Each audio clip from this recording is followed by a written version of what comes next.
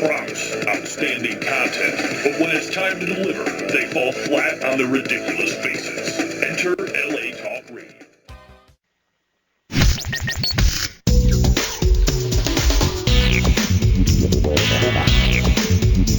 You are listening to the most original talk radio station anywhere. We are LA Talk Radio at latalkradio.com.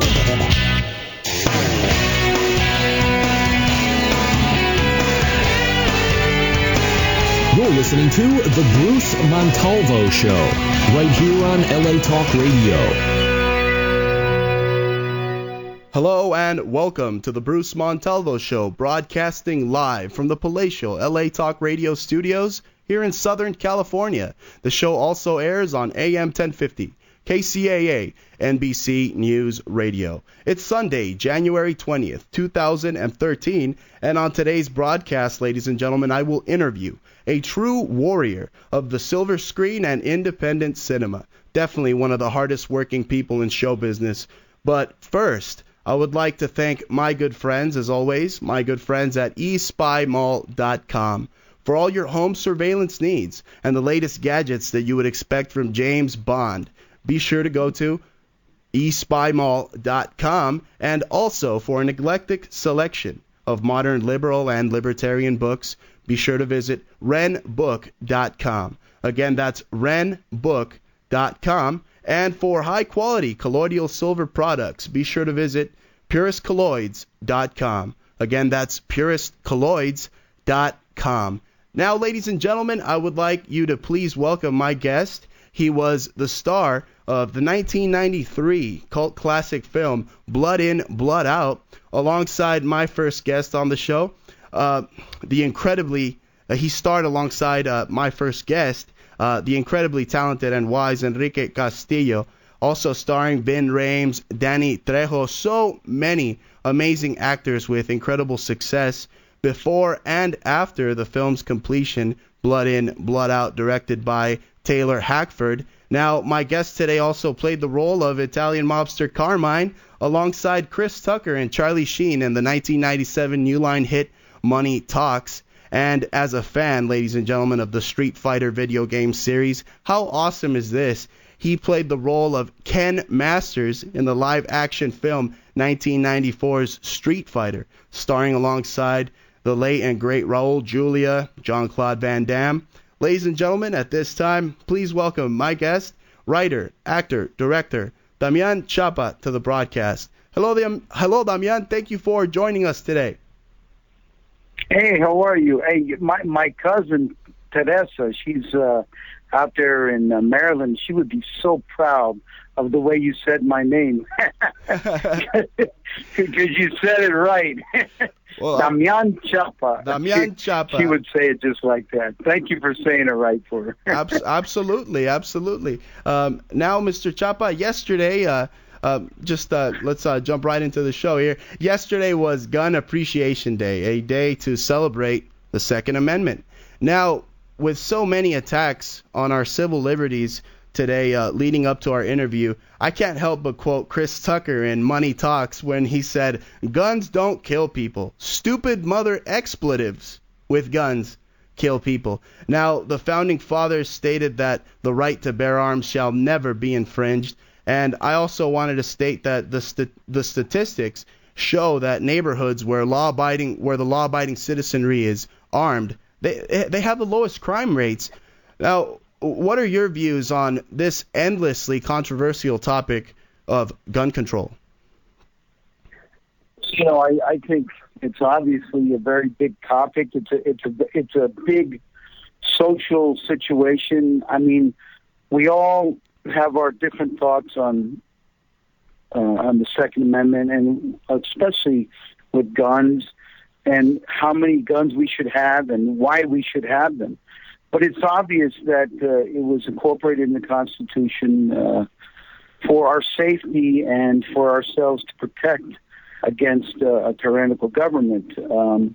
However, there are people that just don't have the wisdom to use guns. So, I mean, it's a very difficult thing to discuss, but my personal views I believe that any man or woman that is capable of not carrying, but owning a weapon should have the freedom to do so. It's part of the United States. It's part of our foundation. It's part of our freedom. It's part of the freedom that most countries don't have. And I've traveled so many countries, and they look at Americans, they look at it so strange. It's like, oh, those Americans, you hear them all the time, especially in Europe, talking about how the Americans, they all have guns and they're all cowboys. But they don't realize, how, I don't think they realize as much as they should, how our country was started and how even though we had so many difficult times, whether it would be the assassination of certain presidents or senators or civil rights leaders, they're also that's such a minute group of people that were affected versus the millions and millions and millions of people who are protected with these guns. So, it's obvious I'm not the kind of person that thinks, I'm not obsessed with guns. I just think it's a right that we deserve to have, and it should never be taken away from us. You have I think it's close to 300 million people in America, and if, one or two or 10 idiots do something stupid, doesn't mean everybody else's rights should be taken away. That's just the way I see it. I mean, not to mention, if we're going to take away guns, we're going to have to take away scalpels too, doctor scalpels, because that's what kills babies, doesn't it? Exactly. No, you're absolutely right. Not to be controversial. No, absolutely. This show doesn't shy away from controversy, Mr. Chapa. Nah, neither have I.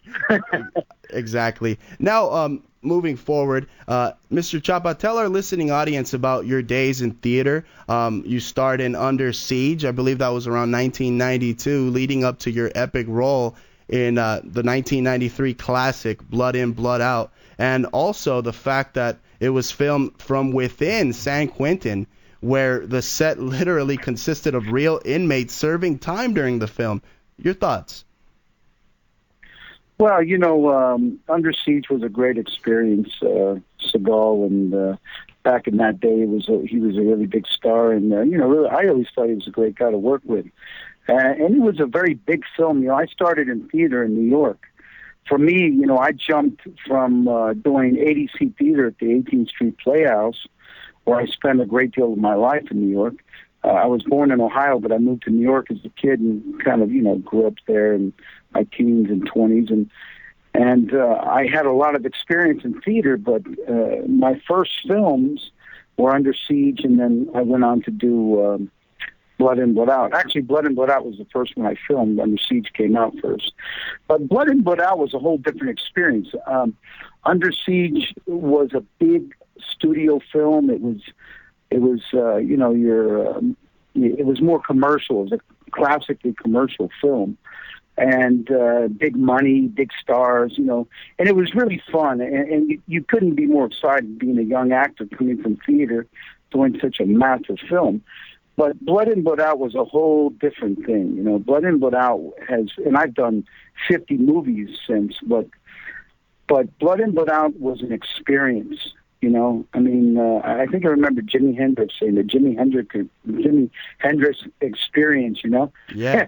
Well, Blood In, Blood Out was an experience. It was a life-changing thing for me, being that I was bicultural. My mother is of German and Scottish descent, along with American Indian, and my father is Mexican and Italian descent, also has some American Indian. But we were multicultural. But my dad was brought up in the Chicano community, so for me, I had tidbits of this growing up. And certain words in Spanish that were spoken. My grandmother only spoke Spanish. She didn't speak hardly any English. So for me, it was part of my culture growing up, but it wasn't instilled in me. I didn't really understand who I was or what I was because I was multicultural. But once I started to get involved in the movie Blood In, Blood Out, I started to discover myself and my culture through it. along with the music, the cultura. I spoke a little Spanish before, but I really started speaking much more afterwards and during the film. And I started to understand what the Chicano culture was, and it was something that really brought me close to it, to my father's roots and to my own roots, going back to Mexico, of course. I was very proud of doing the film, and I was also it was really a beautiful experience that to this day has never left me. There's not a day that goes by that I don't remember Blood In, Blood Out as a great experience in my life, not only as an actor, but as somebody that is of Mexican-American descent. Absolutely. Now, in Blood In, Blood Out, your character, Miklo Belka, and Magic, played by Victor Rivers, now, they basically pulled a Brutus and Cassius, and they were involved in a plot to kill their leader, Montana, played by Enrique Castillo. Now, I had Enrique on the show, and he stated that Miklo ruled from a position of fear. Can you tell our listening audience about how your character, Miklo Belka's rise from obscurity, his struggles with his family, in particular his cousin Paco, played by Benjamin Bratt in Taylor Hackford's film? Well, Benjamin Bratt and Jesse Borrego and I, we spent many months, not weeks or days, but months, getting prepared. Taylor Hackford's a methodical director, and he is used to working with methodical actors. I'm not a method actor. I'm actually somebody who just, becomes it, and then when I'm done, I walk away from it. But a lot of the actors I was working with, including Ben and a lot of others, are method actors. But we all enjoyed living together. Taylor put us in East LA, in City Terrace area. And it was very, very emotional. The first few days we saw some kid get killed over there. It was really, really emotional. We started to really experience the East LA, some of the darker points of it, and some of the most beautiful things about it, including the culture, the food, the dance, everything that's beautiful about our culture. But we also, like I said, we experienced some of the bad things like the drive-bys and stuff like that firsthand. And we were living with some people that were very involved and had been to prison and so on and so forth. And we all learned really what it was like to grow up there. We lived it, we felt it, we breathed it, we danced it, we did it all. And, Jesse is such a genius artist. He was always constantly, if anybody was more perfect for the role, it was Jesse Borrego playing Cruz. I mean, Jesse really brought Ben and I together into this kind of spiritual and, social Chicano experience. So Jesse was the one who, bonded us together, because there was a lot of intensity between Ben and I and everybody, it was like who was really going to rule. Because, you're not only actors, you're like fighting for position as young men. It's that whole machismo spirit that kind of took over. And we would fight sometimes. We would argue about certain issues, social issues, and sometimes even political issues. But at the end of the day, it was Jesse who brought us together in an artistic experience. He was always creating, Jesse. He would be painting. If he wasn't painting, he was dancing. If he wasn't dancing, he was singing. And I just, as a brother, I just began to love him so much because he really, really taught me about where we came from, what we were about, and where we were going, not only in the movie as actors, but the Chicano experience, And I was so happy to live with those guys. But what happened was, when we started doing the movie, certain things would happen, like you say, Kiki said, I came from a point of fear. But see, he when he's talking about that as a character, he's talking about what his thoughts as his character would think of Miklo being learning, I should say, leaning towards the position of fear to rule. Correct. But me, as myself, Damian Chapa, and as the character Miklo, I would have to completely disagree with that. Of because course.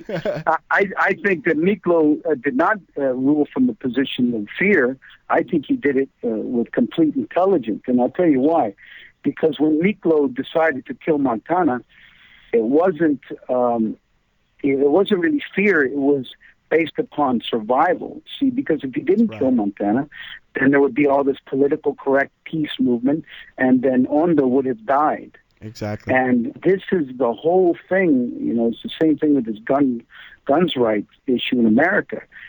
Sometimes people die when you're fighting something evil. Whether it's a war, a social war, a civil rights movement, whatever it may be.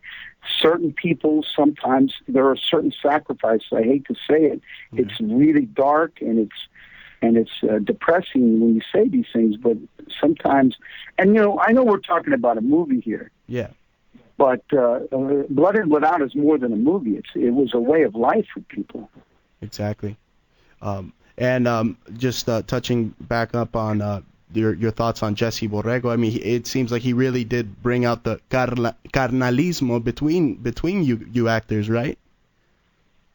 Well, Jesse. I mean, I tell you, I've met and worked with just about every actor there is in Hollywood, and to this day, he was one of my greatest experiences as a comrade, because he was very fair, because there would be certain fights between me and other actors and certain political points and thoughts and, whatever they were. I mean, we're all living together and we didn't know each other, and we found ourselves living together, and, some of us thought it was too much. Why do we have to? Not me. I kind of loved it. I thought it was great to get the experience, but some of the actors didn't like the fact that we had to live and breathe this real experience, and especially after the first few days when we saw somebody get killed. It was just a crazy experience. But Jesse would bring this whole, how can I say it other than Jesse would make things colorful even when they were depressing. Even when the work was too hard and we were doing 18-hour days and, Disney was pushing us a little too hard, especially my character, because my character was overworked so much, and they would come in and try to do what they usually do, which is get you to work for free. I have no problem saying that. And Jesse would just make it a colorful experience. He would, you would have a dark, depressing day, and then you would have wonderful days where the acting experience was great. But even when it was down, Jesse would start singing or dancing or doing some poetic thing that just would make you smile through it all, Speaking about poetic, how influential was it to have such a great poet like Jimmy Santiago Baca write the screenplay for Blood In, Blood Out? Well, I'll never forget when Taylor Hackford and Jesse, I should say Jimmy Baca, they met me for dinner at some place in Hollywood. I can't remember the name of the place, but I remember the experience. They took me in and they were kind of grilling me because, they had all these actors up for the role. Chris Penn was up for the role. All these named actors at the time. I was, a very unknown actor and not very experienced, not experienced at all in film. And they were grilling me constantly for a few hours, what I thought of Miklo and, what I thought of the character and what I thought of where I was going to take him, and all these questions, one after the other. And I just, Taylor especially was grilling me with that because, like I said, he's very methodical. And Jimmy would every now and then just look at me and say, this guy is Miklo, man. You are Miklo. And, he was so supportive and poetic, and anybody who knows Jimmy for 5 minutes knows he's a poetic genius, I mean, he can speak in ways that people sing. It's just so beautiful to hear him with his poetry and just speak in real life. You talk about a gift to gab, and he's just genius, man. And anybody would know that by watching Blood In, Blood Out, because he is the heart of Blood In, Blood Out, as far as I'm concerned, regarding the writing. Jimmy wrote most of it. I mean, we had a chance to add a few things or take away or, kind of make them our own and stuff, but most of it was Jimmy's experience in life, experience in the prison system, experience in, with the Chicanismo. He understood it, like Jesse also did. I mean, Jesse was the thespian part of it, but if anybody was the one who gave life and breathed life into the roles as far as writing, it was Jimmy. Jimmy gave us such a beautiful script, It was, I mean, people remember this, and it's a 20-year-old film. I mean, I have people coming up to me in Europe. I mean, I'll get off a train somewhere, and I mean, in the middle of nowhere in Bulgaria, of all places, and somebody will start ranting off these one-liners from Big Al. And that came from Jimmy. Jimmy's a genius. Yeah. Absolutely. Great poet. So many great actors were casted in the film and have had many prominent roles to this day in TV and film. I mean, Enrique Castillo in Weeds and Deja Vu, great performances. I love the woman who played your mom in Blood In, Blood Out, Jenny Gago, her performance in TNT's Southland as of late. Of course, Danny Trejo and Machete and Desperado. I was traumatized when I saw Pulp Fiction as a youth, the scene with Vin Rames and Bruce Willis. I mean, wow. But it was still great epic movie. That's funny you say that because, I was offered the role of one of those in Pulp Fiction of one of the kids that gets shot by, I think, who was it? It was Samuel L. Was it Samuel L? Yeah. What's his name again? Samuel L. Jackson and. Jackson, Mr. Jackson, a great actor. He shoots the kids, two of the kind of yuppie kids, and they offered me one of those roles back then. I'll never forget it. And I remember reading it and saying, "You got to be kidding me! If I do this role, I'll never be able to go around like people again." Exactly. And I remember my brother saying, "You got to do it! You got to do it! You got to do this! This guy's a great director." Blah blah blah. He did Reservoir Dogs, and I said, "No, I'm not going to do this." And it was the best decision I ever made in my life because I would have been one of those yuppie kids that got blasted by Samuel Jackson. And boy, it wouldn't have been good for me, Also, Raymond Cruz played Chewy. Loved his performance in Training Day. Of course, Benjamin Bratt in Demolition Man. So many other films. The list literally goes on and on, right? I mean, Carlos Carrasco in Speed. So many great actors have gone on to prominent roles from Blood In, Blood Out. Well, Jenny Gago is she's such a beautiful woman. My God, I'll never forget seeing her for the first time on set and thinking to myself, now this is going to be a great acting job. I'm going to have to act like she's my mother.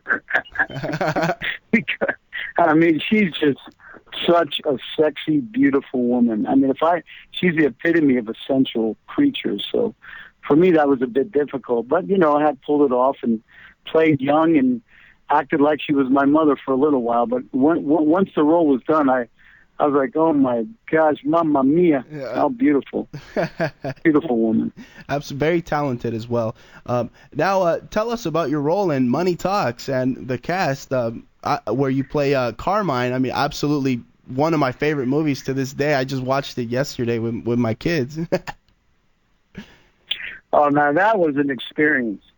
I mean, we had Charlie in the big, I'll never forget, every time we were shooting, Charlie was in his big bus. He had this big giant bus, and he would hardly ever come out of it unless we worked. And then me and Chris would hang out, and Chris, back then my father was alive, and he would come on the set, and he just loved Chris, and Chris treated him so well. I'll never forget how humble he was as a human being. Chris is a great guy. He's just like he is in the movies. I mean, he's always making you laugh, and he's so funny. And it was a great experience working with him. I tell you, he's a very talented man. He really is. I hope the best for that guy. He treated me like he treated me like one of his own family and my dad. So I can't say anything good about Chris. I mean, I can't say anything bad about him. He's just a great guy, man. Yeah. And a really brilliant comedian. The timing he has is He's probably one of the best of our time, I would say. Hilarious. I don't think anybody would disagree with that. Not at all. Loved him in Rush Hour, of course. Now, you played the role of Ken Masters, and to this day, you could ask my kid, I still play the old Street Fighter games, and I've always picked two fighters, Ryu and Ken. And I've been playing the video game series for decades. Now, how cool was it to star alongside Jean-Claude Van Damme and the late Raul Julia, who I thought was a great villain in Clint Eastwood's The Rookie, and he was Gomez also in The Addams Family. Of course, he plays M. Bison in the film. Can you tell our listening audience about your role in the live-action 1994 Street Fighter film? Well, it's interesting because I just got done playing Lyle Menendez in the miniseries, and of course, I've done Blood and Blood Out and all these pretty serious films. And I remember one of the agents at ICM kept calling me up and saying, "Hey, we have this role for you in Street Fighter." And funny enough, I was a bit of a recluse and still am, and I hadn't heard of it. The game. Not that I should. I should have heard of it at the time, but I didn't. I wasn't very much in the games and all that. But my agent called me up and said, we have this role, Ken in Street Fighter. It's great. It's a big Universal film. And, of course, I was attracted to the studio aspect of it. It's a big Universal film. But then I heard Jean-Claude Van Damme was going to be in it. And I wasn't really, that motivated as a serious actor to work alongside him. Nothing personal. I just didn't, find him to be, a genius talent or anything. Mm-hmm. But then my agent, after the third time I turned it down, he called me up and said, "Hey, Raul Julia is going to be in it." And the moment he said Raul Julia, I said, "Are you kidding? Raul Julia is going to do this movie? This is a fantastic opportunity." Yeah. So I went all the way out to Thailand just so I could work with Raul Julia. I was so happy that he was in the film. And I got out there, and, it was a very interesting experience because none of us that were traveling knew, but at the time Raul was very sick. And, he wasn't doing very well physically, but I tell you what, such a genius actor and hard worker he was. He knew he was sick, he knew he was dying. This was his last film. And they would make him this, grandiose costume with this big red leather supportive chest pieces to make him look bigger because at the time he was, he lost a lot of weight because he was pretty sick. And, it was very difficult. Him and I spoke many times in the set, and it was so difficult for him to give that performance that he's used to giving, that, that Raul Julia intensity. But what happened was we'd be there for hours rehearsing, and he'd be sitting and, trying to conjure his health together. And then once the director said action, he would come into this grandiose bison, expression. And it's just amazing, the energy it took from a very sick man at the time. And he pulled it off. And he passed away just shortly after the film, but it was such an honor to work with such a genius, brilliant man who was also a very kind and loving father, and it was a great experience working with him. Absolutely, great actor, great film. I still watch it to this day. Love it. But playing Ken was, when to this day people come up to me, especially young kids, "Hey, you played Ken. I was like, "Yeah, that's me."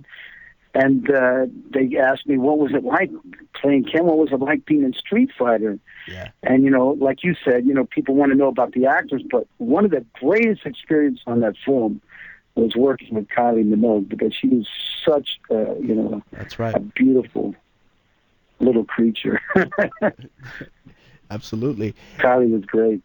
Now, Damian, you have directed so many successful independent films. I wanted to cover some of your latest work titled Dominique Strauss-Kahn Unauthorized. Now, this is a film about the sex scandal revolving the former managing director over at the IMF, the International Monetary Fund. And at one point, the people are so brainwashed. 60% of France believe that Strauss-Kahn was a victim of some plot. Now, Dominique Strauss-Kahn is said to have lived a decadent lifestyle straight out of a Stanley Kubrick film. Now, Damian, can you tell us about your film and this infamous socialist with presidential aspirations, Dominique Strauss-Kahn, your film, Dominique Strauss-Kahn Unauthorized? Well, DSK, my film, is it is about the scandal that happened to him in New York with the lady at the hotel. It does weave in and out of that story, but a lot of the story has to do with how the IMF and how Dominique Strauss-Kahn, in my opinion, were almost, if I could say the term, financial terrorists, in so many words, when it came to how they took over certain financial aspects of countries such as Ireland, Greece, and so on. I mean, what they do is the IMF and Dominique Strauss-Kahn had gone into these different countries and they take the real wealth and then they lend back credits, and then people don't realize this. Exactly. This is financial terrorism, and this is what the problem is. And, of course, the film delves into the controversy with the so-called controversy and the allegations at the time of attempted rape and so on and so forth, which he was freed on. But most of it discusses and follows the expression of a certain character who's trying to find the truth of what the IMF was about, what Dominique Strauss-Kahn's role was in this plot to take away the financial freedom of certain countries. And this is what I try to express in the movie, and it's very controversial, and I didn't pull any punches, and it's probably got me a little bit of trouble about a year ago. Sometime we can discuss that, but I can imagine. You're talking about a very powerful organization. The IMF is, and not to mention Germany. Germany is very well attached to this whole process. I mean, Germany is a very powerful nation now. People don't realize this, or maybe they do, but I don't think they realize the extent of how the kind of armed IMF is derived through Germany, and not just Dominique Strauss-Kahn, but this group of people that have this, billions and billions of dollars invested in this, what I think is financial terrorism. Absolutely. And so we delve in the movie with that aspect, the whole situation with, I delve into the whole Illuminati aspect of it. A lot of people are afraid to do that. Or, you see all these people and these rappers talking about the Illuminati in their videos and so on. I was talking about the Illuminati in the early 90s on the sets of Under Siege and Street Fighter and Money Talks. I was talking about, the back of the dollar bill with the pyramid back then, way before any of these guys were talking about it, way before any of these shows were coming out. I was discussing all of this with the pioneers of this expression, Anthony Hilder. Exactly. And a group of other people. We were talking about this in the early 90s. And everybody thought we were crazy, and they would say things like, I'll never forget, I was on the set of, I think it was Money Talks, and there was about 40 or 50 people that gathered around to hear my thoughts on the Illuminati and what I felt, I was discussing certain symbols that I found provocative, and not only on the dollar bill, but all over the United States government buildings and so on. Exactly. And, back then they were saying, hey, look, Damian, you can't talk about this. And I thought to myself, well, are they afraid that I'm going to say something that's true? And back then I think it was they really thought that I was a bit paranoid. But now it's like this whole fashion thing. It's almost a fashion statement to discuss or wear either anti-Illuminati regalia or pro-Illuminati. You have this imbecile Jay-Z, yes, who sold his soul and his whole And if he wants to challenge me on that, I'd be willing to debate him any time. But you sell your soul to this whole system.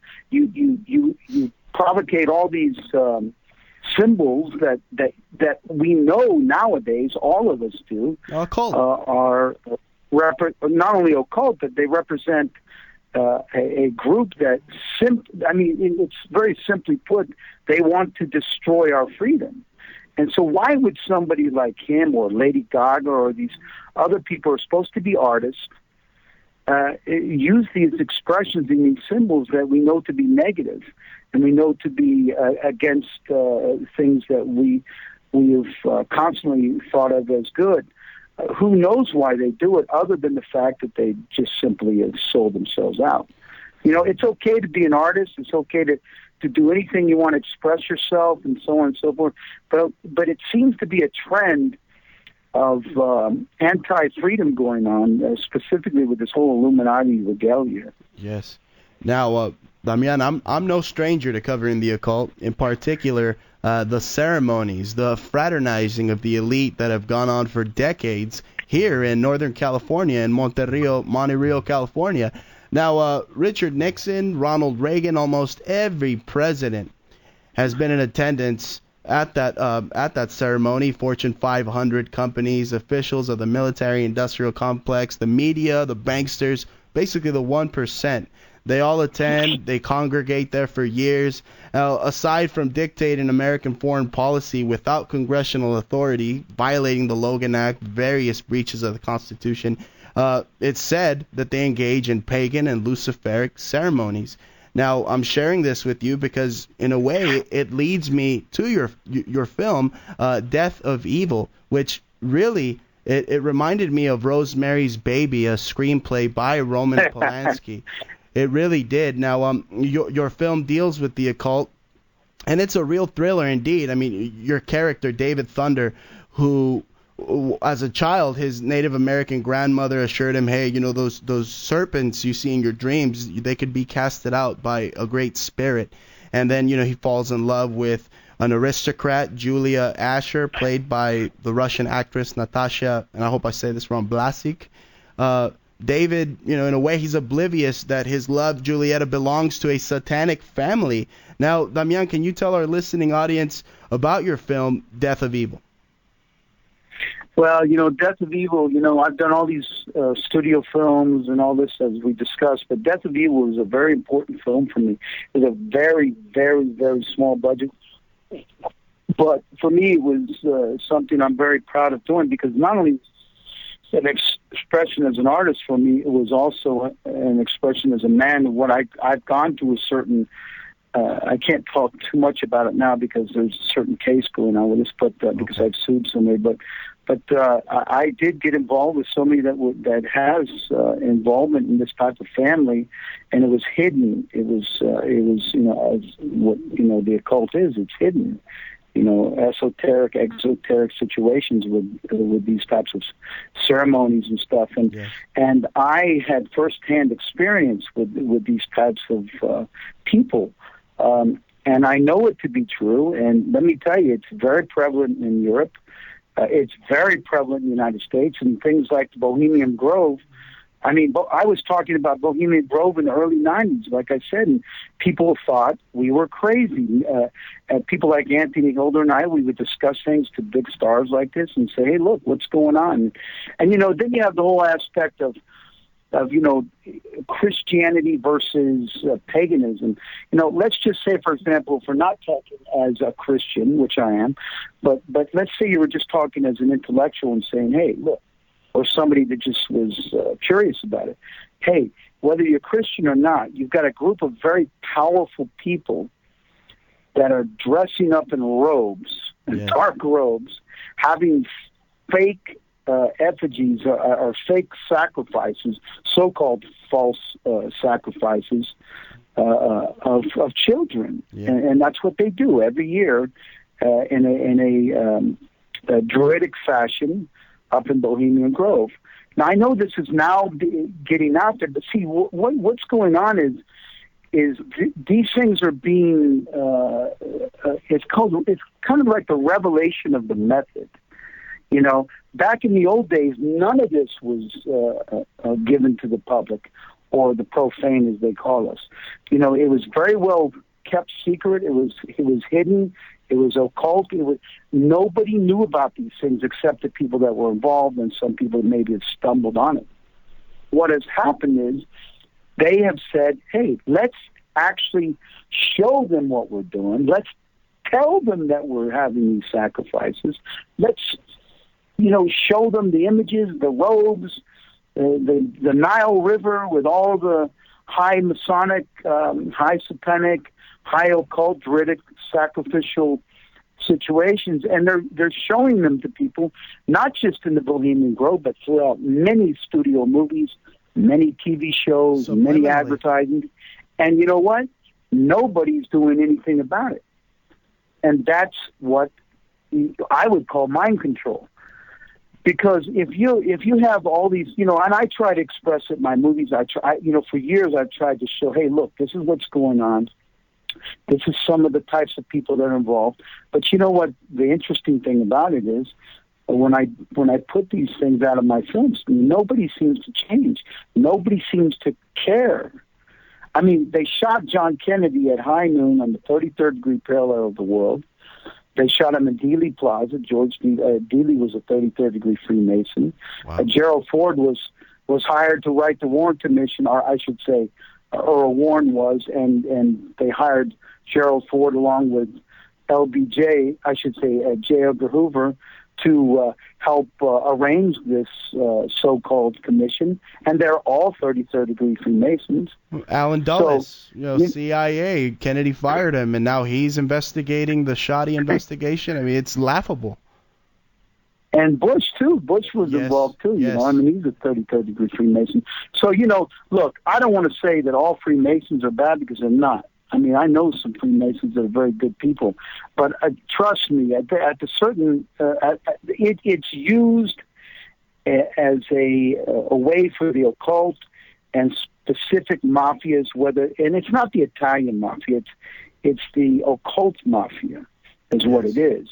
And these people are very, very ritualistic, and they'll do things like put people that are uncovering them in jail for things they didn't do. And trust me, I know what it's like, because I've been there. And they've done it from day one. They'll either destroy you, they'll either kill you, they'll kill your career, or they'll do what they did to our wonderful real president, John Fitzgerald Kennedy. They'll just blow your head off right in daylight, right in front of. See, what happened there was they committed not only a criminal offense, but it was an occult ritual, in my belief. Some people won't understand this, and they may not even care, but what I think it was an occult experience for all of us. We saw this wonderful president in his, prime, somebody who was actually leading us somewhere the economy was good. He was printing silver certificates, backed by silver. He was trying to get, his last executive order was 11110, which was to get rid of the Federal Reserve notes. He wanted to get rid of the CIA, which obviously is anti-American or anti-anything freedom, because everything they do is based on manipulative secrecy, and our own people are afraid of the CIA. People in the United States are afraid of the CIA. They're afraid of the FBI and every other alphabet soup, and that shouldn't be the way it is. We shouldn't be afraid of the people who service us, and that's what's happened, and that's where the tyranny exists, whether it's just mental or a stronghold using the military. And the fact is, this is where the whole Second Amendment comes in. This is where the whole thing with being able to bear arms to protect ourselves from people that are manipulative. I mean, look, if they shot our president right in front of us, and they shot him at high noon on the 33rd degree parallel of the world, right in front of us on TV, right in front of us, I mean, what else can they do? I mean, they shoot a president. Well, I mean, we're nothing compared to a president, are we? Nothing. We're just, we're. So if they can do that to John Kennedy, what else can they do to us? And the thing is, they still haven't figured that one out yet. So, and the same people are in charge that were back then. The Bush. I mean, look at Bush. George Bush, and then his son, George Bush on 1991, September 11th, looked at the American people and the world and said, it's a big idea. It's not just a group of small nations. It's a big idea, the New World Order. And he said, we will prevail. He literally said, with complete confidence and arrogance, the New World Order will be in place. 10 years later, September 11th, look what happened. His son's in office, reading an upside-down, funny enough, a book with an upside-down goat. Look it up yourself. The book is turned upside down, so the goat is upside down in a classroom full of kids, and the 9/11 happened. So, I mean, it's obvious. It's not only it's a conspiracy, but it's an occult conspiracy. And anybody who doesn't realize it at this point, really, I would suggest go back to sleep. Exactly. Now, Damian, can you tell us about another controversial character? You played the character of Roman Polanski in the film in your film Polanski Unauthorized, where you play the controversial Polish French film director. Well, that was when it all started for me. I'd done films many years as an actor. I was part of the whole Hollywood system, so to speak. I'd been there. I'd been to the parties, the places, the people. And the moment that I knew, the moment that I announced to the world that I was going to do a movie on Roman Polanski, I knew that I was crossing a line then. I knew that there was no turning back. That I was going to be doing a film about one of their own. And what I mean by that is anybody who doesn't realize that Polanski is one of their own, like I said, should go back to sleep again, because here's a man who literally raped a child, sodomized the child, gave the child drugs and alcohol. Now, if anybody doesn't think a 13-year-old's a child, I mean, I guess maybe they, being liberal is one thing, but, that's a 13-year-old is a kid, they're just not able to conceive yet. And especially if, in this case, now, at the time, people were projecting me, saying, oh, she was 17, 16, 17, whatever, 18. I was like, hey, look, if it was some 18-year-old girl, they were in love, it's a whole different story. But the thing is, it was a 13-year-old kid. And what I couldn't understand is here's a guy who rapes a kid, gets convicted of it, not falsely accused, but convicted of it. DNA and all all the tests that they did for that back then, and what happens? He gets an Academy Award after this. Now, I understand that artists can still be great artists if they're in prison or if they're criminals or whatever. You can still create great art. But look at this whole situation with Mel Gibson, where Mel Gibson made a brilliant film, what I think is a masterpiece, Passion of the Christ. Yeah. And, then he gets drunk and does some stupid, outlandish I mean, he became drunk and expressed himself in a really kind of a nutty way, but it wasn't anything that really can compare to raping a kid. But look at what happened to him. They completely destroyed him. Maybe it was because he was doing a pro-faith film, a pro-Christ film, whatever the case may be. But if you see the hypocrisy in that, and that's what I saw, and that's one of the reasons that spawned me to do this movie. I wanted to say, hey, wait, let me find out what really happened here. I want to know what's going on in my own business, in my own town, in my own art. How does this happen? And so then I started to study Polanski and, figure out what happened to him when he was young. And I started to empathize with the pain and suffering he went through. As a kid, of course, the war was very difficult, of course, in Germany. And his mother died in the war and so on. So I started to understand that, he had a lot of emotional problems as a result of this, what happened during the war and so on with his mother and father and separations and the camps and all that. But it's still, to me, I found it fascinating that, he got away and got convicted with raping a kid, and still afterwards how people would praise this artistic endeavor afterwards no matter what. And how some people are untouchable, yet some people like Mel Gibson are so easily scathed and able to be used as scapegoats. And the thing is, I couldn't figure that out. But during the filming of this, I started to realize something. That when I did the research, the day that Sharon Tate was murdered, I should say the next day, they started taking, Life magazine started taking pictures of Roman Polanski, which the character I played, and in the movie you'll see it, in Polanski Unauthorized, you'll see my character, Polanski, take pictures in front of the door where the Manson family spread his own child's blood on the door that said pig. Now, this is definitely an occult ritual. This is a really sick, satanic, disgusting type of ritualistic thing that these people do. They're very sick people. Polanski was offered money to take a picture in front of his door with blood. Wow. For Life magazine. I think it's either Life or Time. I think it's Life. Correct me if I'm wrong. But and when I saw that, when I expressed that in my movie, I said, I know this is something very wrong about this. There's something beyond good and evil here. It's like it's sociopathic. How does a man take a picture in front of his family's blood after it's been spilled for money, especially when they have money? Truly disgusting. It doesn't make any sense. It doesn't make any sense.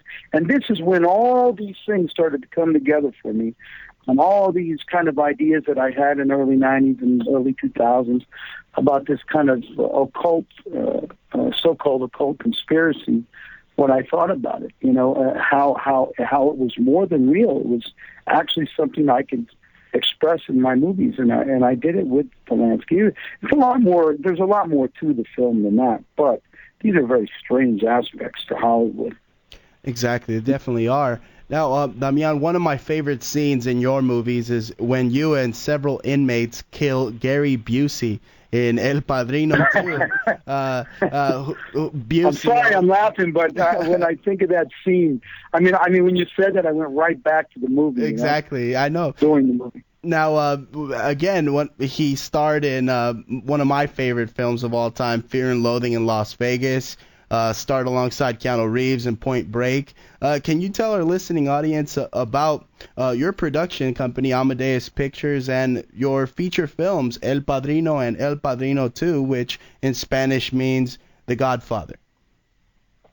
Well, those were films. El Padrino was... it was more of a commercial film, and I kind of wanted to... What happened is when I did Blood In, Blood Out, for many years I would have kids come up to me and people, and they would say, hey, Miklo, I named my kid after you, and so on and so on, and I love your character, Miklo. And I saw a lot through the years of how important, how intense a character can be, and how people can be influenced by what you do as an artist. And I felt a bit guilty, even though I know Miklo was a great character, and I really it is one of my favorite characters I've ever done. But I felt a bit of guilt because in the movie, he does so many things that are, that could tend to influence people in the wrong way. And what I wanted to do is kind of express in El Padrino how a gangster, what a real gangster life adds up to. So in El Padrino, there's a saying, you either die or you go to prison, and that's, I know it's a very cliche and basic term, but that's what happens in El Padrino. I mean, everybody dies around my character, including myself. And I wanted to show that to not only the kids watching, but anybody who would watch these, this type of character I've played so many times, this intense gangster, sometimes Latino, sometimes Italian, but these characters, I wanted to express, it was a good movie. We had great cast, and it was a great artistic experience, but I wanted to kind of give a message like, hey, if you're going to do drugs, if you sell drugs, if you're going to kill people, you're going to live. If you live by the sword, you're going to die by the sword. And I wanted to kind of, have some sort of lesson in the film, some sort of redemption for what I expressed so many years as an actor who played gangsters. So that's what El Padrino started out for me, and it ended up being a very commercial film for me, which was amazing because I really never set out to be like commercial. I just set out to, one day I'll get an idea and I want to express myself, and I find a way to do it. Sometimes it's not a lot of money, sometimes it's more money. Absolutely. So it's really for me just to express myself as an artist, and sometimes, sometimes politically, sometimes not. Absolutely. El Padrino was a success, though. Now, unfortunately, we are out of time. Now, I got to say, coming out here to Los Angeles to do the show every Sunday, it's got me thinking about the movie industry. Could there be a role for someone like myself in an Amadeus Productions film? Hey, I could play a bodyguard, a cop. What do you think? Hey, let me tell you something. You don't have to put my arm behind my back to do it. It's done. One day we're going to work together. Absolutely. The thing is, when I'm coming back to L.A., I'll tell you one thing. I miss my Mexican food. It's killing me not having it. I got to get back. We'll go out to King Taco, man. I'll buy you a how about tepayac? Yeah, that too. Well, Mr. Chapa, it was great having you on. Unfortunately, we are out of time, but thank you so much for this wonderful interview, and I look forward to many other stellar broadcasts with you in the near future. Well, it was fun talking about things that most people don't talk about. Thank you for the opportunity. Thank you. Have a good one. Thank you so much for joining me today. Talk to you soon. You too. Now, unfortunately, we're out of time, ladies and gentlemen. You can join us here every Sunday, 12 noon Pacific Standard Time on LA Talk Radio, and at 4 p.m. Pacific Standard Time Sundays on AM 1050 KCAA NBC News Radio. As always, I'm Bruce Montalvo, reminding you that the freedom of the press is our right and our responsibility. Till next time.